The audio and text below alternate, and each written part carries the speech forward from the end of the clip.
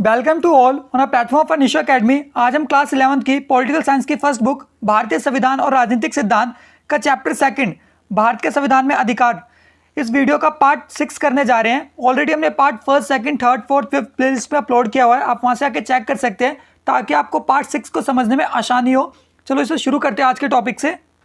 स्वर्ण सिंह समिति थी जिसकी सिफारिश पे 1976 में 42वें संशोधन द्वारा क्या किया गया था, मौलिक कर्तव्यों को संविधान में ऐड किया गया था। ठीक है, जैसे कि आपको पता होगा हमारे संविधान में ऑलरेडी मौलिक अधिकार थे, नीति निर्देशक तत्व थे, तो मौलिक कर्तव्यों की नीड क्या पड़ी। देखो, जो मौलिक अधिकार थे वो लोगों पे बाध्य थे और जो डीपीएस भी था वो लोगों के लिए सरकार द्वारा डिसाइड किए जाते थे। तो कुछ तो ऐसा होना जो लोग खुद के लिए खुद करना सीखें, तो वो क्या था, मौलिक कर्तव्य। तो क्या था, हमने हमारा मौलिक कर्तव्य रूस के संविधान से लिया, कब, 1976 में स्वर्ण सिंह समिति की सिफारिश पे। तो देखो, जो मौलिक कर्तव्य है वो संविधान के भाग 4A में है और अनुच्छेद 51 का में, यानी जो आर्टिकल है 51A के अंदर है। ठीक है, जो वास्तव में जो मौलिक कर्तव्य थे 1976 में वो 10 थे और बाद में जाके 2002 में ये 11 हो गए। क्यों? क्योंकि राइट टू एजुकेशन, शिक्षा का अधिकार, वर्ष 2002 में 86वें संशोधन द्वारा मौलिक कर्तव्यों में जोड़ दिया गया। तो याद रखना, जो शिक्षा का अधिकार है वो डीपीएसपी में भी है, फंडामेंटल राइट्स में भी है और फंडामेंटल ड्यूटीज में भी है। ठीक है, जिस तरह से इन्वायरमेंट मौलिक अधिकार में भी है, निर्देशक तत्वों में भी है और मौलिक कर्तव्य में भी है। ठीक है, तो आगे देखते हैं।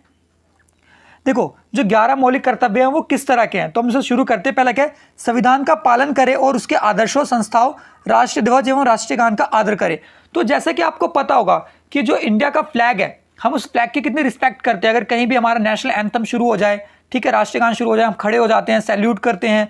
हमारा कभी भी फ्लैग अगर सड़क पे पड़ा हुआ हो तो हम उसे उठा के साफ कर देते हैं, साइड रख देते हैं, कभी उस पर पाँव नहीं रखते। या आप लोगों ने एक चीज़ नोटिस करी होगी, जब स्कूल में कभी भी फंक्शन होता होगा, हमसे फ्लैग मंगवाए जाते हैं तो फ्लैग को हमेशा ऊपर खड़े होकर होस्ट करने के लिए कहा जाता है कि आप फहराओ। फ्लैग को कभी भी झुका के मत रखो, क्योंकि फ्लैग जब भी झुका के रखा जाता है तो हमारे लिए अशुभ होता है।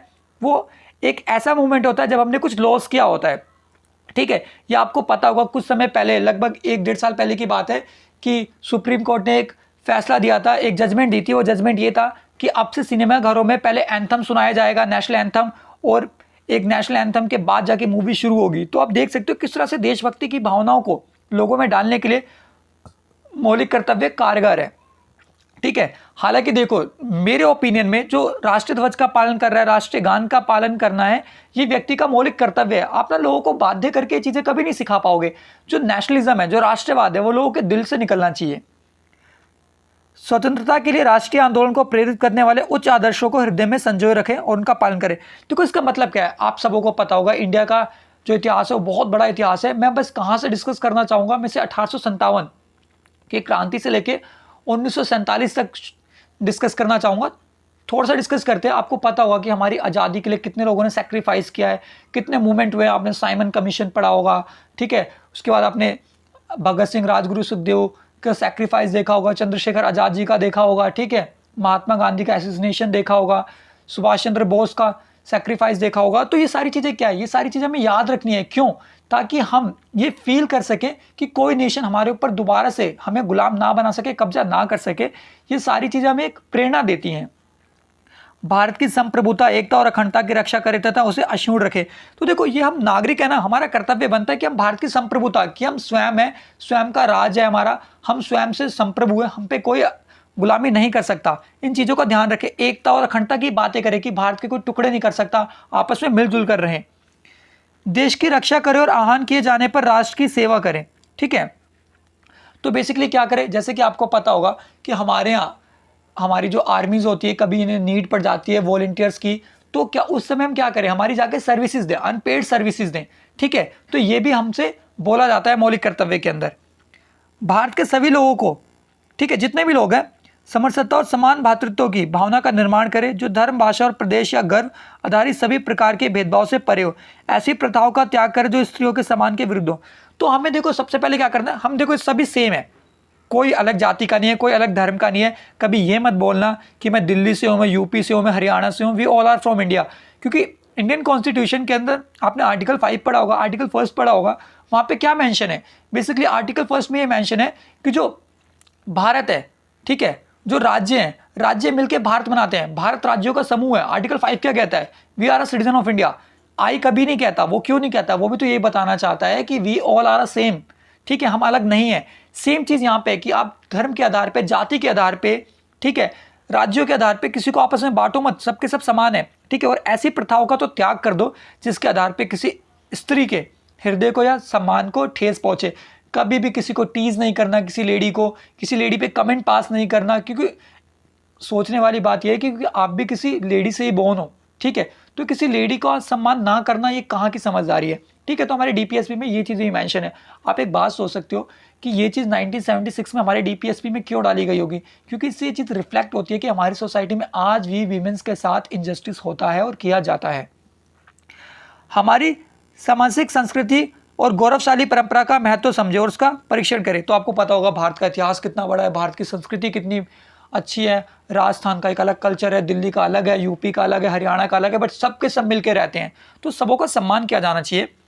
प्राकृतिक पर्यावरण जिसके अंतर्गत वन, झील, नदी और वन्य जीव आते हैं, रक्षा करे और संवर्धन करे तथा प्राणी मात्र के लिए दया का भाव रखे। तो जो प्राणी मात्र है, ठीक है, प्राणी मात्र, देखो आपको पता होगा कि जो जानवर होते हैं, ठीक है, जो एनिमल्स होते हैं वो भी ह्यूमंस के जैसे ही होते हैं, तो हमें उनके लिए भी सम्मान रखना चाहिए। जैसे कि आपको पता होगा कुछ दिन पहले एक केस देखा होगा आपने कि एक प्रेग्नेंट एलिफेंट थी, उसके साथ किस तरह से गलत हुआ था, ठीक है।